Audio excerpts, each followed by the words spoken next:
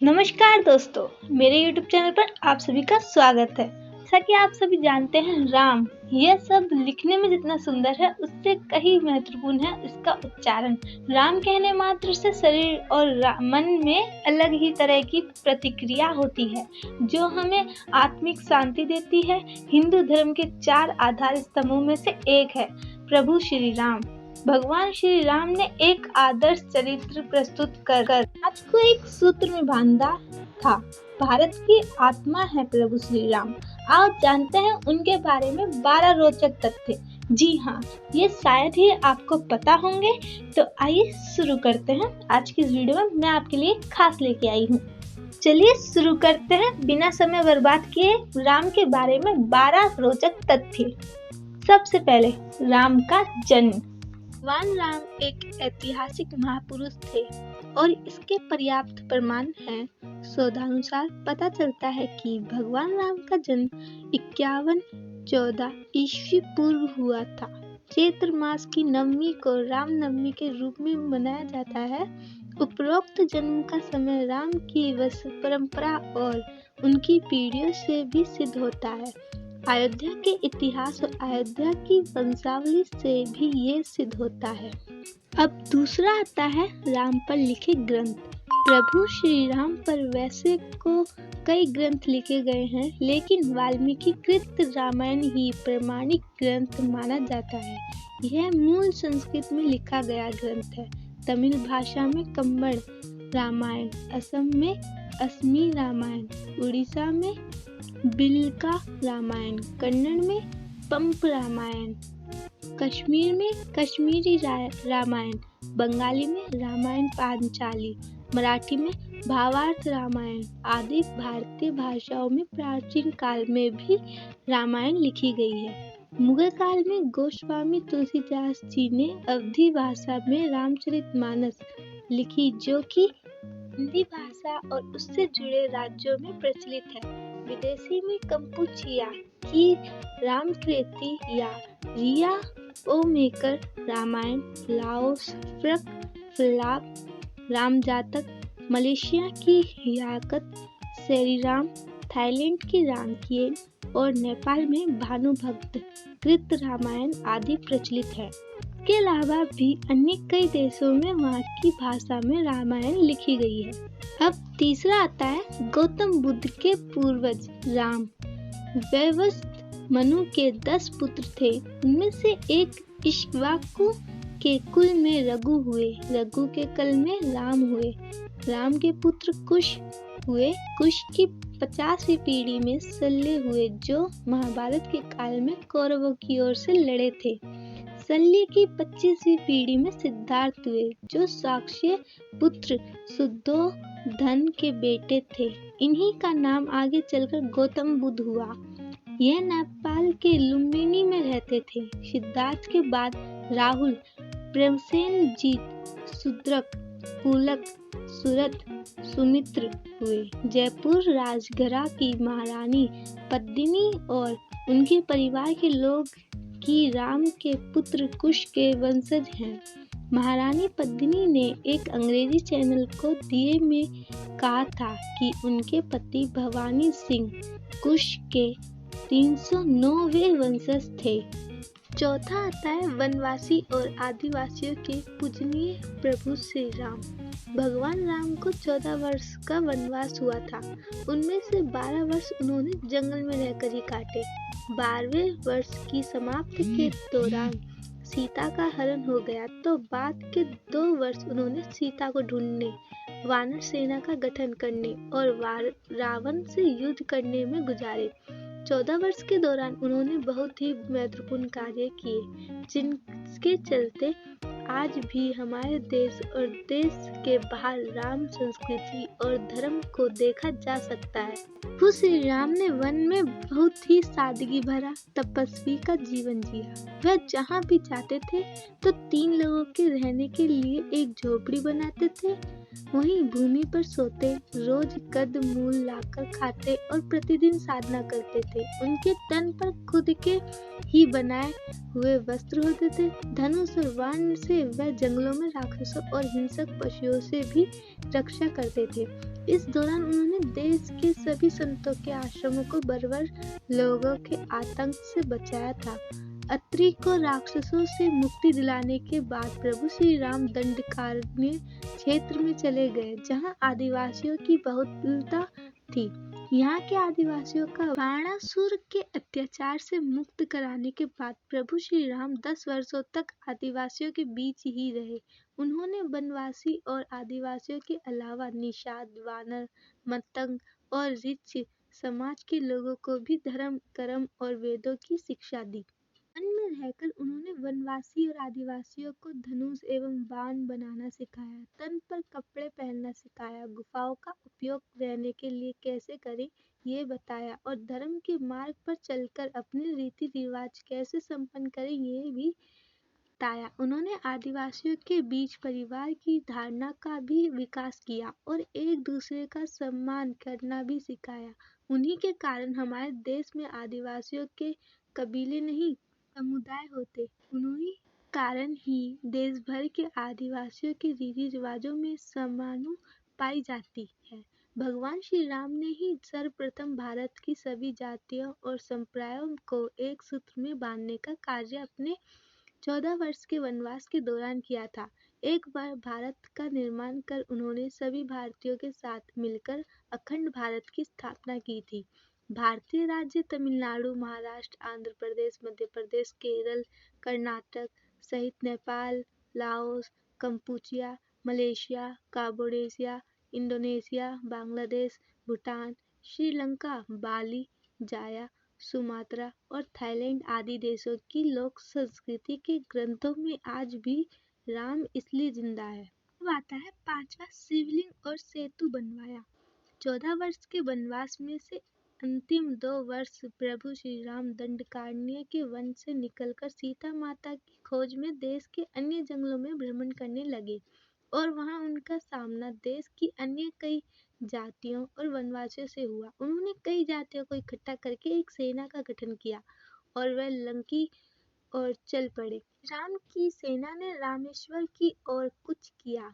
महाकाव्य रामायण के अनुसार भगवान श्री राम ने लंका पर चढ़ाई करने से पहले यहाँ भगवान शिव की पूजा की थी। रामेश्वर का शिवलिंग श्री राम द्वारा स्थापित शिवलिंग है। इसके बाद प्रभु श्री राम ने नल और नील के माध्यम से विश्व का पहला सेतु बनवाया था और वह भी समुद्र के ऊपर। आज उसे राम सेतु कहते हैं, जबकि राम ने इस सेतु का नाम नल सेतु रखा था। और छठा है रामायण के सबूत। जैसा कि आप जानते हैं कि रामायण के कुछ सबूत वैज्ञानिकों को पाए गए हैं, तो आज वो सबूत भी मैं इसमें बताऊंगी।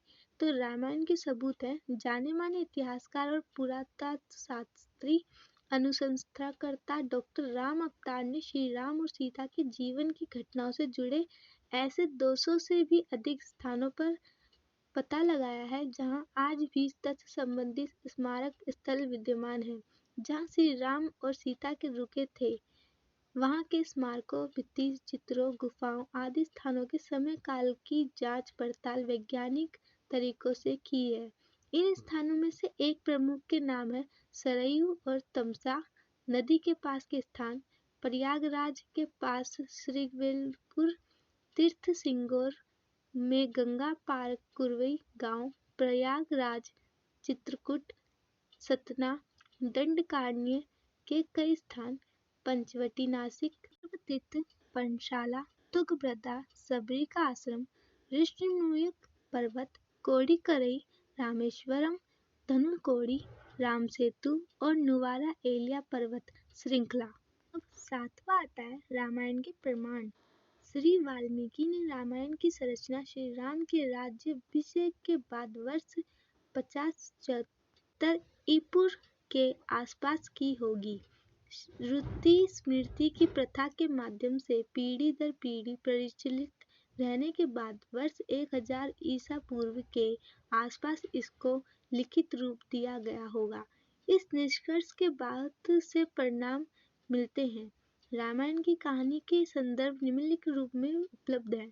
कौटिल्य का अर्थशास्त्र, बौद्ध साहित्य में दशरथ जातक, कौशाम्बी में खुदाई में मिली टेकारोका की मूर्ति, नागार्जुनकोंडा में खुदाई में मिले स्टोन पैनल, नचाड़खेड़ा में मिले टेराकोटा पैनल, श्रीलंका के प्रसिद्ध कवि कुमार दास की काव्य रचना जानकी हरण आदि। हम 8वें में आपको बताएंगे ऐसा था राम का काल। राम के काल में नदी में नाव और पोत चलते थे। इसी काल में कुछ लोगों के पास विमान भी होते थे जिसमें 4 से 6 लोग बैठकर यात्रा कर सकते थे। रामायण के अनुसार रावण के पास वायुयानों के साथ ही कई समुद्र जलपोत भी थे। रामायण काल में शतरंज खेला जाता था। इस खेल का आविष्कार लंका के राजा रावण की रानी मंदोदरी ने किया था।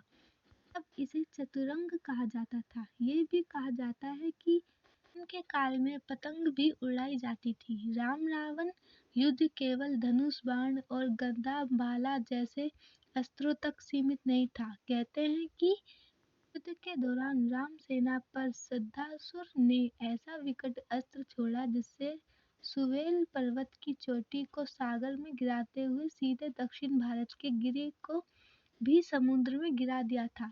श्रद्धासुर का अंत करने के लिए बिजली के आविष्कारक मुनि अगस्त्य ने श्रद्धासुर के ऊपर ब्रह्मास्त्र छुड़वाया था जिससे श्रद्धासुर और अनेक सैनिक तो मारे ही गए, लंका के शिव मंदिर भी विस्फोट के साथ ढहकर समुद्र में गिर गए थे। इसी तरह उस काल में दूरबीन भी होता था। राम को अग्निवेश ने एक विशिष्ट कांच दिया था जो संभवतः दूरबीन था। इसी दूरबीन से राम ने लंका के द्वार पर लगे दारूपंच अस्त्र को देखा और प्रक्षेपास्त्र छोड़कर नष्ट कर दिया था। राम और रावण की सेनाओं के पास बंदूकें भी थी। कुछ सैनिकों के पास स्वचालित बंदूकें भी थी। अगस्त्य ने राम के हितार्थ शंकर से अजगव धनुष मांगा था। इस धनुष की व्याख्या करते हुए श्री शाही लंकेश्वर में लिखते हैं, चाप अभी बंदूक के घोड़े के लिए उपयोग में लाया जाता है। चाप ट्रिगल का ही पर्यायवाची लेख होकर अजगर धनुष है। पिनाक धनुष में ये सब अनेक पहियों वाली गाड़ी पर रखे रहते थे। तब चाप चढ़ाने अथवा घोड़ा दबाने से भयंकर विस्फोट करते हुए शस्त्रों का विनाश करते थे। इसके अलावा दूरभाष की तरह उस युग में दूर नियंत्रण यंत्र का, जिसे मधुमक्खी कहा जाता था, विभीषण को लंका से निष्कासित कर दिया था। तब वह लंका से प्रणाम करते समय मधुमक्खी और दर्पण यात्रियों को अलावा अपने 4 विश्वसनीय मंत्री अनल, पनस, संपाति और भरवासी को भी राम की शरण में ले गया था। राम के काल में सभी लोग बहुत ही नैतिक और सभ्य थे। सभी मर्यादा में रहकर जीवन यापन करते थे। अधिकतर लोगों को वेद का ज्ञान था। नौवा है रामायण काल के ये लोग आज भी जिंदा हैं। आपको ये जानकर आश्चर्य होगा कि रामायण काल के 3 लोग आज भी जिंदा हैं। इसका नाम है हनुमान, जामवंत और विभीषण। इनके काल के पूर्व के 2 लोग भी आज तक जिंदा हैं। उनके नाम है विरोचन पुत्र महाबली और जगनी के पुत्र परशुराम। 10वां आता है श्री राम की बहन। श्री राम की 2 बहनें भी, एक संता और दूसरी कुंबरी। हम यहाँ आपको शांता के बारे में बताएंगे। दक्षिण भारत की रामायण के अनुसार श्री राम के बहन का नाम शांता था जो 4 भाइयों से बड़ी थी। शांता राजा दशरथ और कौशल्या की पुत्री थी, लेकिन पैदा होने के कुछ वर्षों बाद कुछ कारणों से राजा दशरथ ने शांता को अंगेशकर के राजा रोमपद को दे दिया था। भगवान श्री राम की बड़ी बहन का पालन पोषण राजा रोमपद और उनकी पत्नी वर्षिणी ने किया, जो महारानी कौशल्या की बहन अर्थात श्री राम की मौसी थी। 11वां जानकर आप थोड़े चकित रह जाएंगे। 11वां है, नहीं किया था राम ने सीता का परित्याग। जी हाँ, पहले रामायण 6 कांडों की होती थी, उसमें उत्तरकांड नहीं होता था। फिर बौद्धकाल में उसमें राम और सीता के बारे में सच झूठ लिखकर उत्तरकांड जोड़ दिया गया। उस काल से ही इस कांड पर विद्वानों ने घोर विरोध जताया था, लेकिन इस उत्तरकांड के चलते ही साहित्यकारों, कवियों और उपन्यासकारों को लिखने के लिए एक नया मसाला मिल गया और इस तरह राम धीरे धीरे बदनाम होते गए। विपिन किशोर सिन्हा ने एक छोटी सोच पुस्तिका लिखी थी जिसका नाम है राम ने सीता परित्याग किया ही नहीं। यह किताब संस्कृति शोध एवं प्रकाशन वाराणसी ने प्रकाशित की है। इस किताब में से सारे तथ्य मौजूद हैं जो ये बताते हैं कि राम ने कभी सीता का परित्याग नहीं किया। राम कथा पर सबसे प्रामाणिक शोध करने वाले भारत कामिल बुल्के का स्पष्ट मत है कि वाल्मीकि रामायण का उत्तरकांड मूल रामायण के बहुत बाद ही पूर्णतः प्रकाशित रचा है। 12वां आता है सबसे महत्वपूर्ण, राम की जल समाधि। श्री राम द्वारा जल समाधि लेने की घटना को हिंदू दलितों का धर्मरत्न करने वाले आलोचकों ने आत्महत्या करना बताया है। मध्यकाल में ऐसे बहुत से साधु हुए जिन्होंने जिंदा रहते हुए सभी के सामने धीरे धीरे देह छोड़ दिया कि फिर उनकी समाधि बनाई गई। राजस्थान के महान संत बाबा रामदेव ने जिंदा समाधि ले ली थी, तो क्या हम ये कहें कि उन्होंने आत्महत्या कर ली? दरअसल अयोध्या आगमन के बाद राम ने कई वर्षों तक अयोध्या का राजपाट संभाला और इसके बाद गुरु वासिक व ब्रह्मा ने उनको संसार से मुक्त हो जाने का आदेश दिया। एक घटना के बाद उन्होंने जल समाधि ले ली थी। सरयू नदी में श्री राम ने जल समाधि ले ली थी। अश्विन पूर्णिमा के दिन मर्यादा पुरुषोत्तम राम ने अयोध्या के सरते फैसाबाद शहर के सरपू किनारे जल समाधि लेकर महाप्रयाग किया। श्री राम ने जल समाधि की उपस्थिति में ब्रह्मा मुहूर्त में सरयू नदी की ओर प्रयाग किया। उनके पीछे थे उनके परिवार के सदस्य भरत, शत्रुघ्न, उर्मिला, मांडवी और ऋतुकीर्ति। ओम का उच्चारण करते हुए वह सरयू के जल में एक एक पग आगे बढ़ते हुए और जल के उनके हृदय और अंधकरों को छूता हुआ सिर से ऊपर चढ़ गया और इस तरह उन्होंने जल समाधि ले ली। तो दोस्तों, ये थे रामायण के कुछ रोचक तथ्य। अगर आपको ये तथ्य अच्छे लगे हों तो इस वीडियो को लाइक, कमेंट, शेयर और सब्सक्राइब करना ना भूलें और बेल आइकन को प्रेस जरूर कर लें जिससे कि सबसे पहले नोटिफिकेशन आपको मिले। और आप हमें कमेंट में बता सकते हैं कि अगली वीडियो आपको किस टॉपिक पर चाहिए। धन्यवाद।